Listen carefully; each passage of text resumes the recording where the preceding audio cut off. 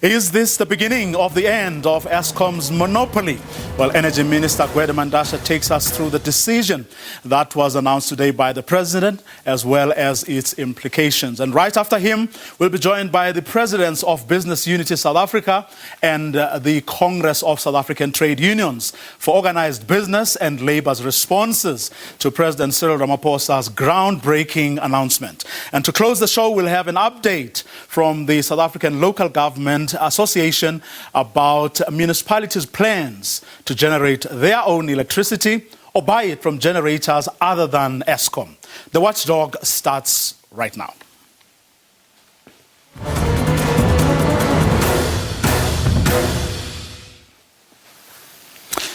Now, hours after Eskom put the country on stage 3 load shedding, President Cyril Ramaphosa this afternoon announced a partial liberalisation of the energy sector, lifting the government's limit on self-generation of power from 1 megawatt to 100 megawatts.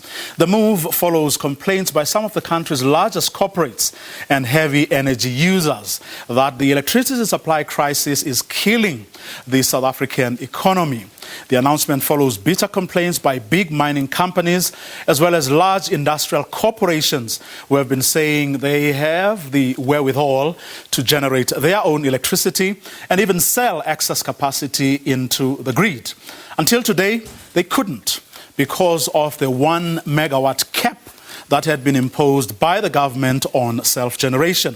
Gwede Mantashe is the minister responsible for the country's energy needs. He joins us live from Pretoria. Good evening, Minister. Thank you so much for your time.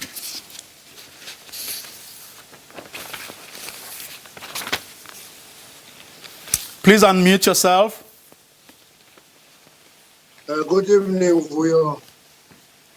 Minister, South Africans are asking why now? Why did it take so long for you to arrive at a decision that they thought ought to have been obvious to everyone? Let me give you facts first, Vuyo.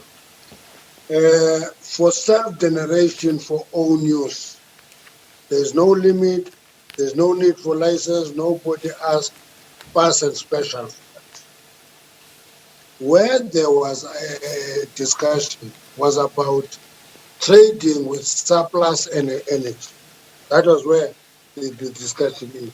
So it's not a totally brand new decision. All the time, if you are going to generate electricity for own use, you can go to 100, you can go to 1,000, you can go to 2,000 up to today. Now, what has changed was that people who wanted to trade with electricity were limited the threshold to 1 megawatt. After a lot of engagement, we offered 10 megawatts. And when we agreed to 10 megawatts, a new figure was thrown, 50 megawatts. Now, when we had a very serious discussion with the President about these 50 megawatts, we were asked 50 megawatts. I say, why do you refuse? We asked a question in return. Why should it be limited to 50 megawatts and not make it 100? That was that question. And they asked us, why do you want 100? I say, because on my desk here, we've just given a license to gold fields of 40 megawatts. On my desk, we have 3 companies. One is looking for 84 megawatts, another one is looking for 70 megawatts, another one is looking for 100 megawatts. Ironically, all of them are mining companies. And I said, if we are opening up energy generation, why should we exclude these mining companies? It made sense. And then we agreed on putting it at 100 megawatts. So, in brief, policy formulation is not an event, it evolves. And if it is not discussed properly, it will leave a number of questions unanswered.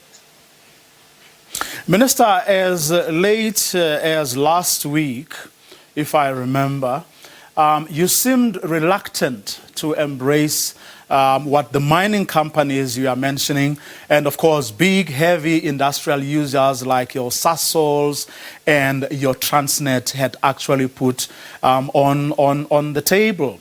You suggested that they were raising new issues, suggesting that they were moving the goalposts. Yes. Let me tell you why was that case. On the lead up to the statement by the president earlier in the year of us gazetting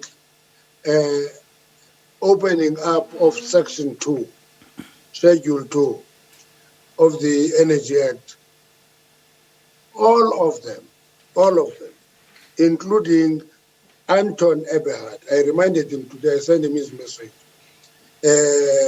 Groevestein, who I know was the person who did research for Bosa now, we're arguing for 10 megawatts, and we agreed on that. Now, once we agreed on that, they put a new figure of 50 megawatts. That is moving off goalpost for you. And I always argue, if you are given an area to manage, and every time you agree to this, a new number is put, you are actually disarmed of your capability to manage that space.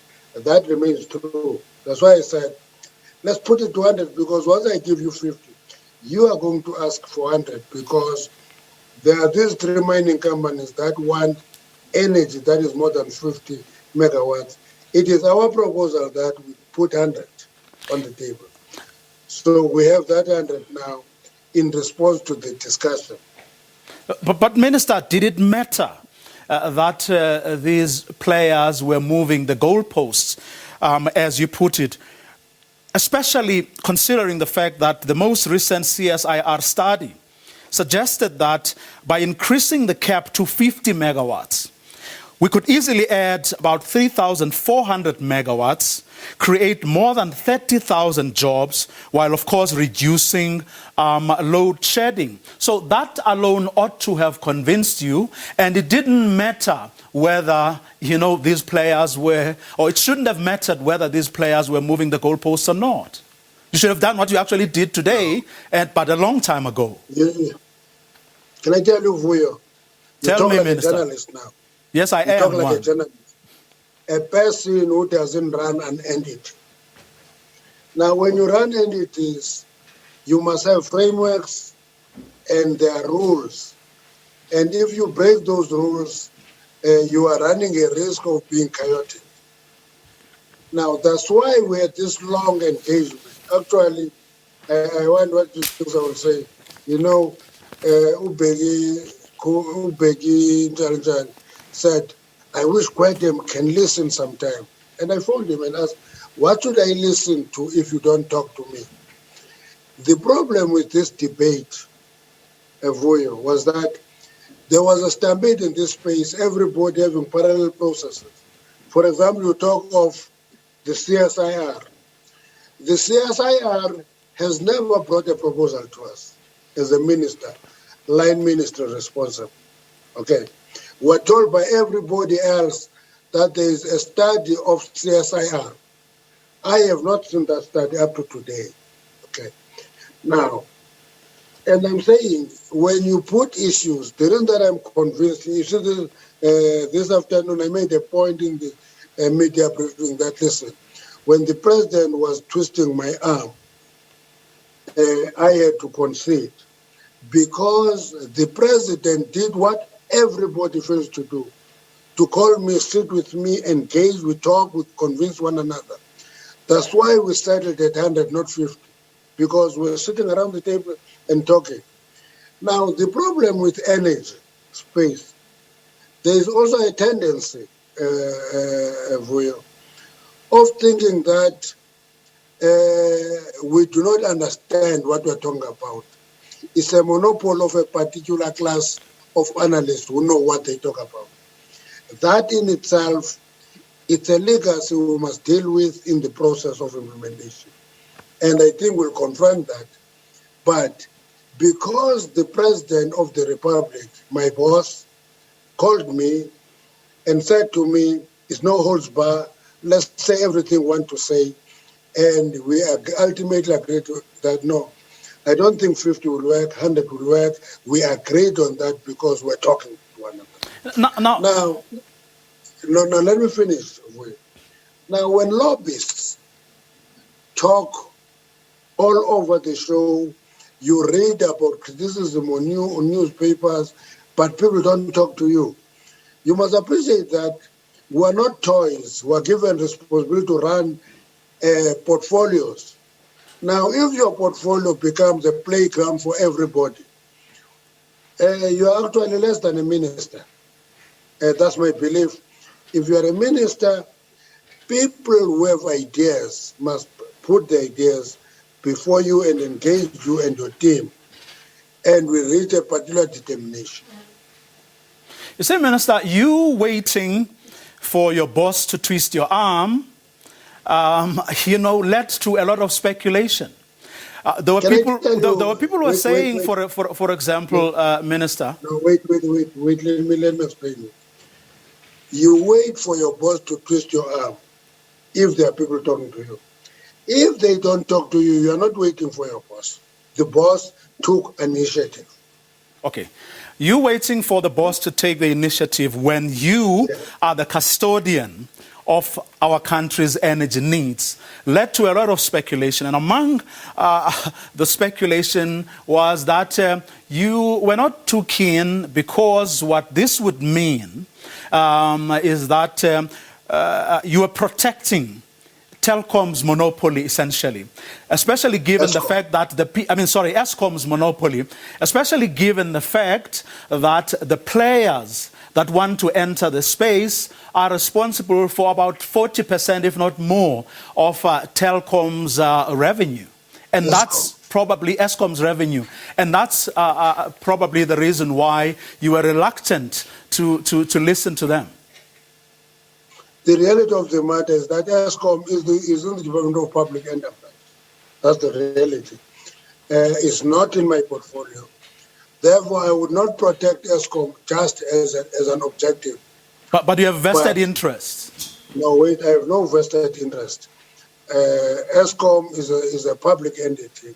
It is having no space for shareholding, so I cannot have material interest on Eskom. Well, as the member of executive responsible for energy.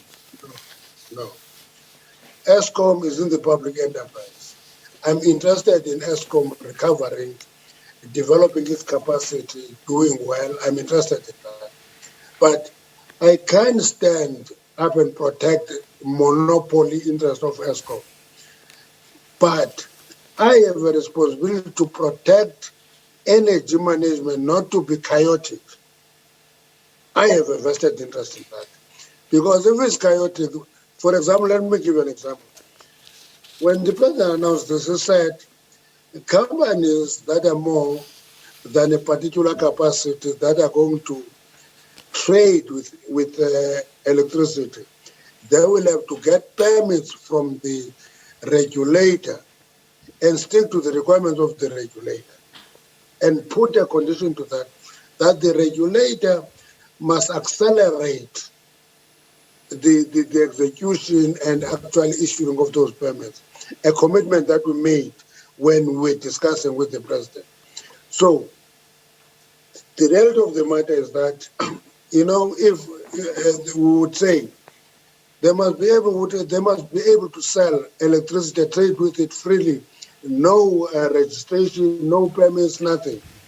I asked one of the analysts, why am I prohibited from opening a bar next to a road without a license? Because it would add to the economic performance overall. And I use that upset example because it was necessary for us to appreciate that management of that space, regulation of energy trade is important, even if we attract huge investment. If we attract huge investment and then there's guys who can't quantify that impact, actually we'll come back and have a similar discussion in 2 years' time at saying, how do we deal with the chaos? I think Spain found itself in that particular situation. But are you certain, Minister, that both NESA and Eskom have the necessary capacity to process things quickly and efficiently? And I'm saying this on the back of criticisms that have actually been leveled at Eskom, that they are tardy when it comes to facilitating adding capacity onto the grid. Are you going to make sure that the problems, I mean, some players were saying it takes something like 8 months, to get Eskom to do this? I can vouch for NERSA because it is in my portfolio. When we're taking this decision, we sat them down, we engaged them, and they said, Minister, we can ensure that these licenses are processed within a maximum of 3 months, but preferably shorter. And I can vouch for that because we explained the urgency of accelerating that issue. One of the issues I raised last week, in what you say I said last week, was that the issue of the details of the licensing system that are impacting negatively on energy are not put on the table. I raised that issue. Number two, I said the role of Eskom in the overall performance in energy supply is not put on the table. Unless we integrate this discussion and remove polarization of the discussion, we are going to take decisions that we think are far-reaching, and it comes back to our face until we appreciate the fact that in managing energy, we need one another, we need each other, and stability results in performance. And I gave an example for you. I said, you see, mining, for a number of years, it was regarded as a Cinderella sector because there was fighting. Once we stabilized it, it is beginning to play its role. It led the economic reconstruction and recovery in the third quarter last year. It continues on the fourth quarter. Again, it led the economic reconstruction and recovery in the first quarter of this year. April numbers show that it is still doing well. And we can only attribute that to the stability and the ability to talk to one another face-to-face, engage, and work together. Now, until we discover that spirit, I can tell you we are going to battle to stabilize energy sector fully. If it is polarized and everybody and every analyst think that that's where they play, we have double the time to stabilize it. And I said to the president, let me repeat it again, I said the problem in that sector is that everybody, it's a sector full of people who want to cut a pound of flesh and run, and another one want to cut a pound of flesh and run. We must stabilize it. It must see itself as a sector. Minister, I want us to move swiftly along because there's a couple of other issues that I want to raise with you. But before I do that, I mean, as the President today pointed out, Eskom will be the biggest player for some time to come. And as you yourself pointed out at that briefing, load shedding doesn't end today. The question I want to ask you is whether you are assisting Eskom. In other words, what we're seeing Eskom by way of performance right now is everything that it can possibly do, because when I asked the Eskom CEO on Monday as to whether he is doing the best he can, he said yes, he will answer for us, for Eskom, but can't talk on behalf of other players in the ecosystem, suggesting that there are things that you are actually not giving or that Eskom is not getting at the moment for it to be able to perform optimally. Eskom has been maintained as a monopoly electricity supply in the economy for years, from 1923 until now. Now, opening it up takes its own time. Can I tell you one thing that we no longer talk about? There is big window 1, 2, 3. Okay, that is applying a number of megawatts into the grid. Big window 4, which was allowed in 2018, 2018, is supposed to give the grid 2,020 megawatts, only 1,200, 2,200. It is only 1,200 that is on the grid. 1,000 will only come to the grid in December. What is normally not quantified is progress made. Take, for example, Medupi, with all its problems, it is now commercializing the last units. With all its problems, Kusile has commercialized 3 of its units, one last month. It is working on unit 4 now.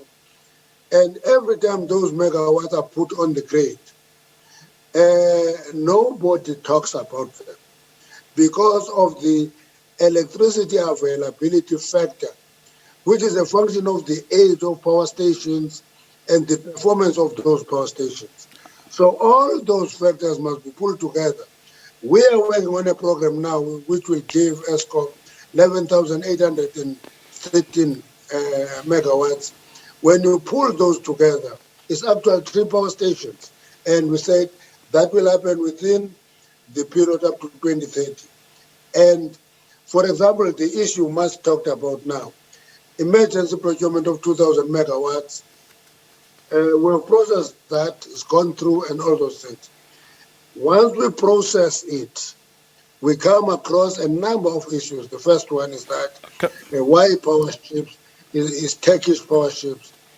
And I asked one analyst, but of the 11 companies that are going to supply the emergency procurement, 3 of the last ones that were approved are backed up by a Norwegian company, but they're not called Norwegian.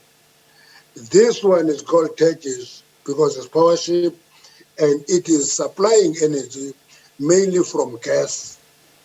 And it is that gas that attracts, one, the issue of environmentalists and all those. Number 2, I asked during the day, what would we do if every time a person loses a bid, he goes to court and makes allegation of corruption, then corruption there? What would you do about that? And those are the questions that we must ask, because South Africans must not talk from both sides of their mouth. We are procuring emergency supply. And here is it is comprised of 11 suppliers, 3 of them are power ships. And if we have an issue with that, or say 20 years is too long, it cannot be 20 years long for power ship, but it's good for others. That means for that contract of that emergency procurement, if 20 years is long, it must be all long for everybody, then we cut it. Minister, yes. Minister, you are within your rights to express your views about what you think losing bidders, taking you to court does to processes. But then you also have to understand, or at least accept, that if questions remain or are unanswered, then people have a right to express their views as well. I mean, you have dismissed allegations of impropriety on your part with regard to the power ships, right? But no one has been able to explain why your Director General and your Deputy Director General felt a need to meet with that losing bidder who is now taking you to court. What were they doing at a restaurant with a rival bidder and other people who wanted to enter the space? That question remains unanswered. Agreed. But one of the descriptions that I think we must disabuse ourselves of, if a person who happened to be Director General or Deputy DG go to that case, it can't be my Director General. To get my point.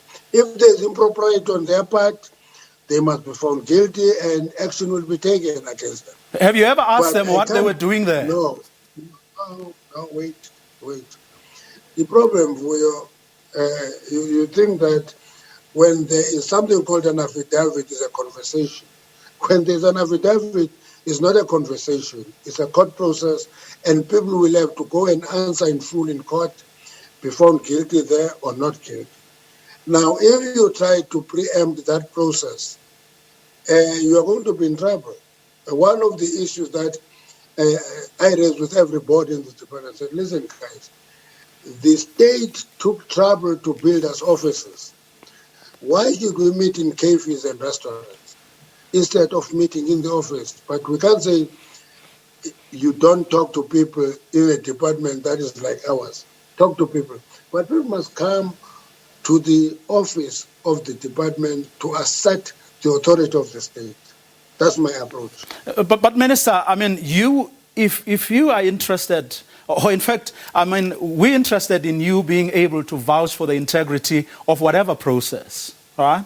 And to do that, you ought to be able, to answer, I mean, at least ask, because we are removed from these people, Yes. Or, I mean, in your office, the DG is on the other side of the corridor. You should be able to ask them the most basic of questions that South Africans are asking. That DG, what were you doing in a meeting with this speeder? And get a simple answer to what is a simple question that South Africans are asking today. Now, two things that must be clarified. The process of bidding for emergency procurement or other processes are done by an independent board called the IPP, Independent Power Producers, not the department. Okay. Number two, if the DG is having a case to answer on going and meet people in a restaurant, it will be seen in his affidavit. He has responded to that affidavit. And any investigative journalist will go and follow that affidavit and understand that the DG was indeed in that restaurant and explain it in his own way. There is an affidavit to that to that effect. Therefore, investigative journalists must read those affidavits, give access to the information to the public. Minister, that's where we're going to leave it for this evening. Thank you very much for your time. I did make a request for you to stay on. Are you prepared to stay on? Okay, I will stay on. I want to hear what the president of COSAT will say. Okay, I'm glad you agreed to that request. The Minister of Energy, Gwede Mantashe, staying on. After this short ad break, we're speaking to the presidents of Business Unity South Africa and the Congress of South African Trade Unions. Well, we're going to hear now from the President of the Congress of South African Trade Unions, as well as the President of Business Unity South Africa. But before we do that, let's take a look at what the viewers are saying on social media. Okay, do we have those tweets? Okay, here's Mongezi Kumba, who says, how does the minister feel knowing that there is a household in low-income earners that has no electricity and no other alternative than to be cold and wait for Eskom while the minister is warm at his home with this kind, but then come and call himself a servant of the people? Let's take another one. Umberto Lewis says, how long will water shortages persist in South Africa while there's access to so much water at the neighboring country and sewage spillage? We'll take more of your tweets. Remember to follow us at the Watchdog SABC on Twitter and to share your views on the SABC News Online Twitter, Facebook pages using the hashtag SABC News. Zingi, you heard what the minister had to say. Your thoughts are both on what he said today in the past half an hour, but also what the president said earlier when he made the announcement we're talking about this evening. Good evening, good Vuyo and Ndibulise Kumkwati Nabukutsiko and the viewers of SABC. COSATU, we note the announcement that was made earlier today by the president and welcoming it that it has increased the cap of generation to 100 megawatts. And we welcoming it because we know that the economy, having experienced load shedding and increasing unaffordable electricity for more than 15 years, any additional source of energy is welcomed. And the lack of reliable and affordable energy threatens millions of jobs in mining, in manufacturing, in agriculture, in all sectors of our economy. So this 100 megawatts is what South Africa needs. And we know that it is not just going to happen now overnight just because an announcement is made. A lot of work is going to be done. Probably we'll only be able to feel it in 18 months from now. But the fact that there's commitment done by government in taking us out of the crisis that we have been experiencing in the past 15 years is most welcome. But we know it does not respond to the current challenges that we are faced with, the South Africans, of load shedding level 4 that we're experiencing now.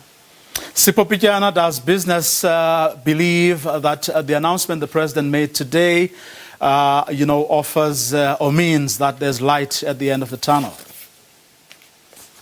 Well, good evening to you and your viewers, and good evening to the Minister and the President of COSATU. Indeed, would like to congratulate the President and government at large for the decision that has been made. It certainly does suggest that our engagements as social partners has taken us a step forward. We're encouraged by the development, and we believe that it is timely. This is so critical. It is not a substitute to fixing Eskom, which will always occupy a very strategic place in addressing requirements for electricity supply in this country. It is a resource for the country. It offers an opportunity for crowding in of investment in a very critical catalytic area of the economy, and it enables the realization and driving of the economic recovery that we've been talking about. Zingisalosi, COSATU was quick to say after the president's announcement this afternoon that the businesses that want to enter this space mustn't think that it's going to be a free-for-all or that they are going to be given a blank check. What lay behind that word of caution from your parliamentary officer? Budvuyo, we know that the Eskom Social Compact, for an example, is what COSATU advanced 2 years ago. And part of it is that we are advocating for Eskom to be part of the renewable energy. That when we bring in the private sector into the generation of electricity, it must not now become the sole space of the private sector. And we realize later that now Eskom will have to be to fund the IPPs, for an example, those that will be generating electricity. And we do welcome the fact that there will be competition in the space, but what we do not want ultimately is to see the privatization of the energy sector completely into the private hands. But of course, what we do not want is that it becomes a burden in terms of the tariffs to the end user. So we are saying, welcoming all of this, we must tread very carefully and ensure that there is a balance there that will take care of the end user in our country. I mean, the electricity tariff hikes, Budvuyo, have been above inflation year after year, and it has been robbing workers of their already diminishing wages. And as you have put it also to actually the viewers who have said, there is that mama who is sitting in the rural areas struggling to even buy paraffin. So what do you say and how do you talk to ensuring that when you are bringing more players into the space, it is not going to create a burden for the end user? So that is why the caution is brought forward by the Federation. Sipho Pitjana, the minister said earlier that before or during his conversations with his boss, he also, had conversations with NESA, driving a point home that they need to move with speed, they would need to be efficient. Are you convinced that they will be able to do so? Because part of the criticism often leveled at the government is that it never puts deadlines, to things, and we wait forever. Well, we're encouraged by the emphasis on the sense of urgency that both the minister and the president have underscored with this announcement. I have to say, Vuyo, that, and I'm sure COSATU President Zingi will say this, that we have been in conversations with government regulators and government department officials, where in fact there's been discussions around very specific deadlines and a sense that government wants things to be delivered within certain time frames. One of the examples, for instance, would be around spectrum, which is now caught in litigation processes with costly delays that are going to arise. So there is a sense of urgency, and there is a commitment to setting time deadlines and all of that. We want to position ourselves as business in a situation where we can work closely with government and with labor and other social partners to ensure that we make this happen, because it's so critical to delivering. I don't think that it serves us to pursue an acrimonious route. We have an urgent task at hand, which is to fix the electricity supply crisis that we face and to fix Eskom. And indeed, I will say to you that we draw a great deal of inspiration in Minister Mandashi's leadership, given what he has done in the mining sector. We've had very detailed conversations with him in an industry that has tremendous potential, which was bogged down with a lot of difficulties. He's open-minded, he's engaging, he's no walkover. He can be very difficult, but he can also take difficult punches.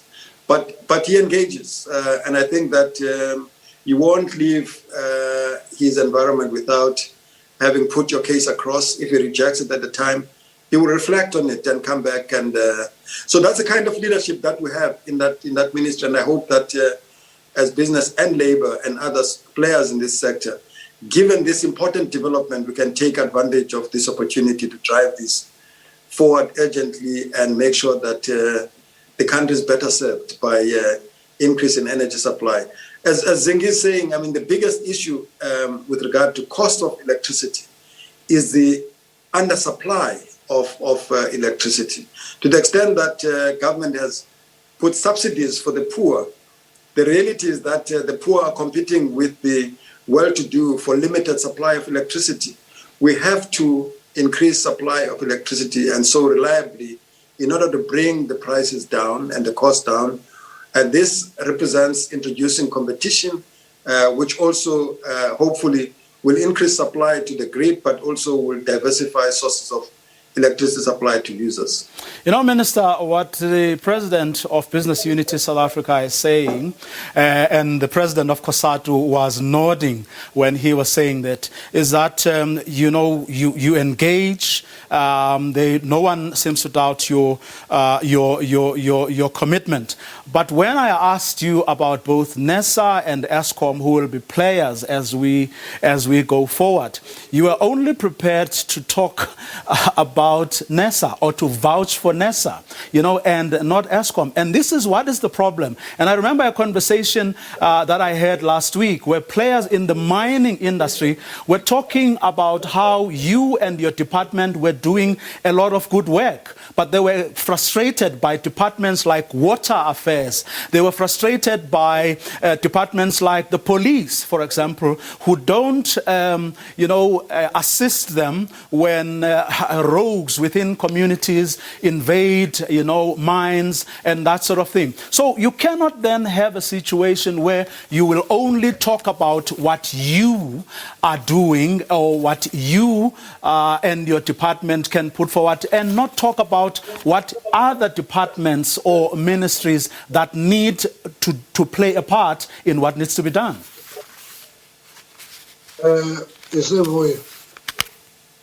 In government, we get appointed by the president and we're given portfolios. You work as much as you can in your portfolio. You nudge your colleagues to do things differently.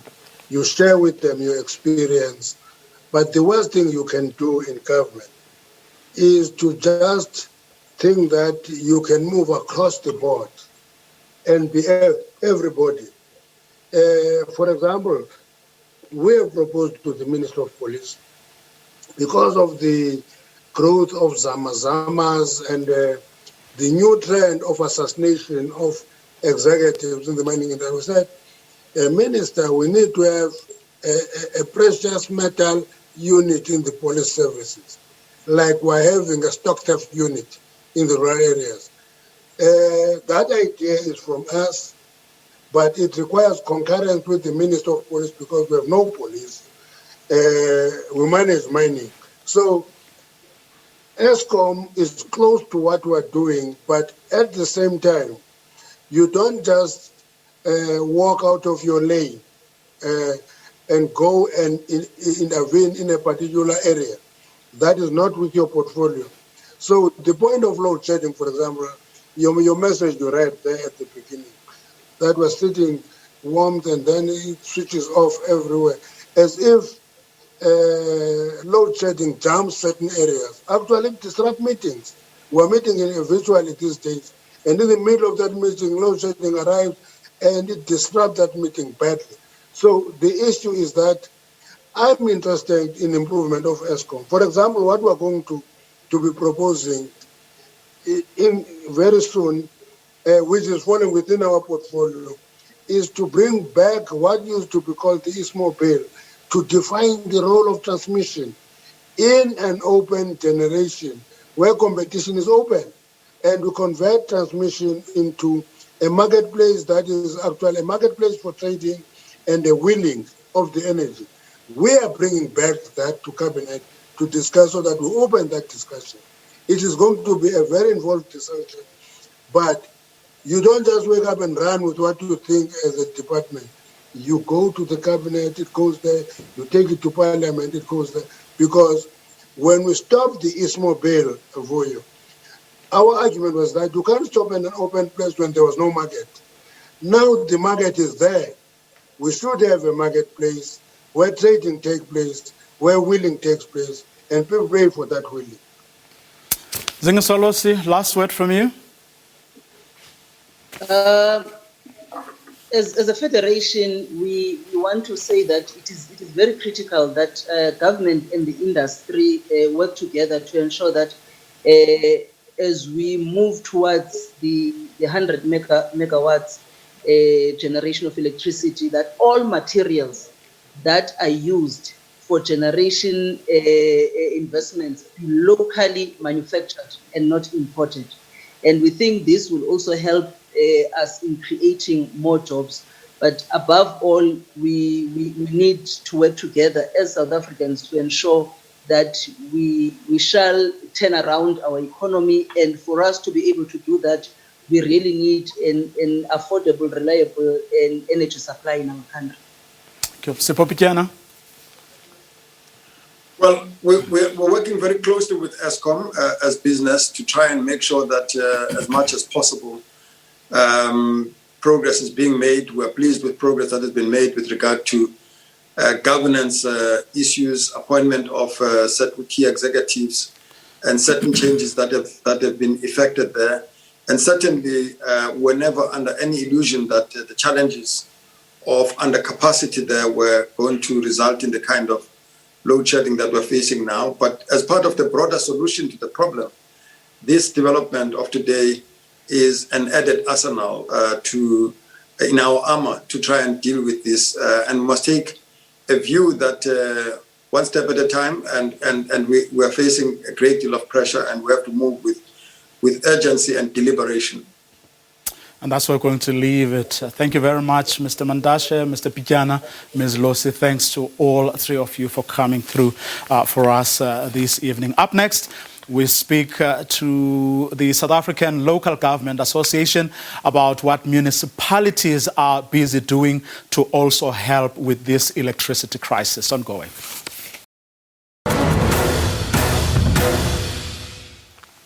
Welcome back. You're watching the Watchdog. My name is Vuyo Mvogo.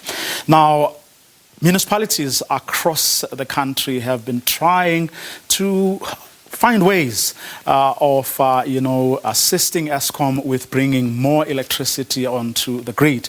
But of course, they are experiencing lots and lots of challenges. And to bring us up to speed with what is happening in that area, I am now going to speak to Nhlanhla, who is from the South African Local Government Association. Nhlanhla, good evening. Thanks very much for your time. Just take us through very briefly, what municipalities are trying to do for their part in really assisting with our electricity crisis. Thank you, Putuvuyo. Good evening to the viewers at home. Yes, we have been going on this road for a long time. It started in 2018. Actually, before that, we just formalized it in 2018 in the SALGA Energy Summit. If you remember, the municipalities didn't have any rights whatsoever to buy or even to generate electricity. But initially, when this industry started, the municipalities were generating their own power before we had Eskom. Then the policy changed and we went into the new dispensation, and then the municipalities obviously only had the constitutional powers of electricity distribution. So in 2018, we held a summit, a SALGA summit in 2018, which one of the things in the declarations was to shake the policy cage, especially on the energy side, to ensure that the energy policy opens up for municipalities and that municipalities can actually take the energy landscape into their hands. And since then, we've seen a lot of changes in the policy, which is good. It means we've been making the right noises. The integrated resource plan opened up, allocated generation for municipalities. The policy recently opened up also in terms of the limits of the licensing. We had the president today is going to increase it further to even 100 megawatts. So what we've been doing, Vuyo, we have been working with municipalities in the development of their energy landscape on various aspects. One of them, which is the low-hanging fruits, the small-scale embedded generation, which we have supported municipalities in terms of being able to administrate, those customers that start connecting solar panels into their systems or in their houses, and they can further trade with those customers. So we have 56 municipalities thus far who have allowed a small-scale embedded generation. I think total we have municipalities that are allowing now 280 megawatts, which is a lot. 280 megawatts, Vuyo can power over 2,000 houses, even more. So the small-scale embedded generation is quite increasing. We've been capacitating municipalities on that front.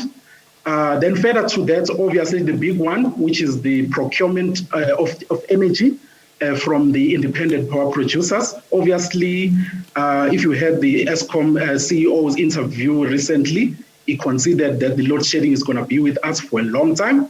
So we have to involve the private sector. And luckily, the policy has further opened up for that. So we have formed a community of practice with municipalities that are ahead of the game in the procurement.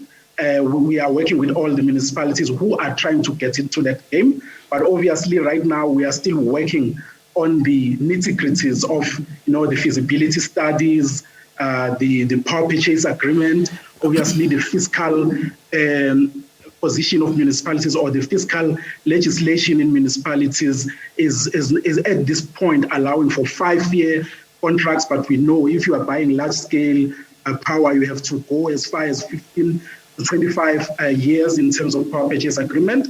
So we have to empower municipalities to sort of being able to sign those kind of legal agreements. Two things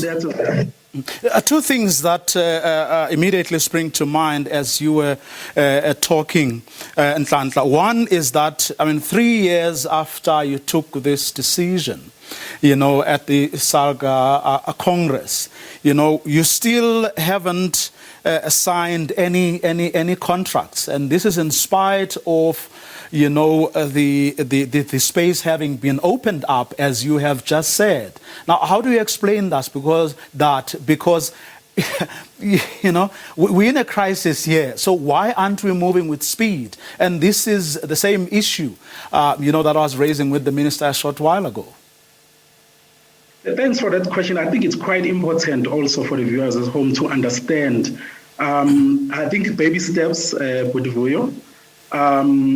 The policy only opened up, the regulations were amended in 2020 to allow municipalities to generate. So between 2018 and 2020, as SALGA, we've been advocating and lobbying for this policy change, and I think those changes, we are realizing them now. I think we have moved fast enough, Budivuyo. These are not very, very easy things to do, very legal, very also deliberate. So we have to make sure that municipalities do this right. Obviously, municipalities will not have government guarantees like the likes of Eskom on the government procurement program. And that's another problem, isn't it? That's another problem because, most municipalities are financially not in a situation to be able to, for example, show their little balance sheet, on the back of which they can then raise some funding. So how are you going to get around that problem as well? Yes, a very important question as well, which is why we bring in our capacitation of municipalities, we bring a topic of public-private partnerships. So basically, right now, the industry needs private sector more than ever. We can't continue with this monopolistic position for municipalities and even for Eskom. So we have to get private sector to actually work with municipalities. There are certain types of contracts which the private sector can be comfortable to sign with municipalities and safeguard themselves in terms of the risk that they might be getting into in signing those contracts with municipalities. So there are opportunities out there, but mostly for private sector, because private sector moves very fast. Private sector is liquid. Private sector is very, very thorough. Nhlanhla, we're going to leave it there for this evening. Thanks very much for your time. Nhlanhla Ngidi, who is the head of energy at the South African Local Government Association. And that's where we're going to leave it this evening. Do join us again tomorrow evening, same time. Have a good night.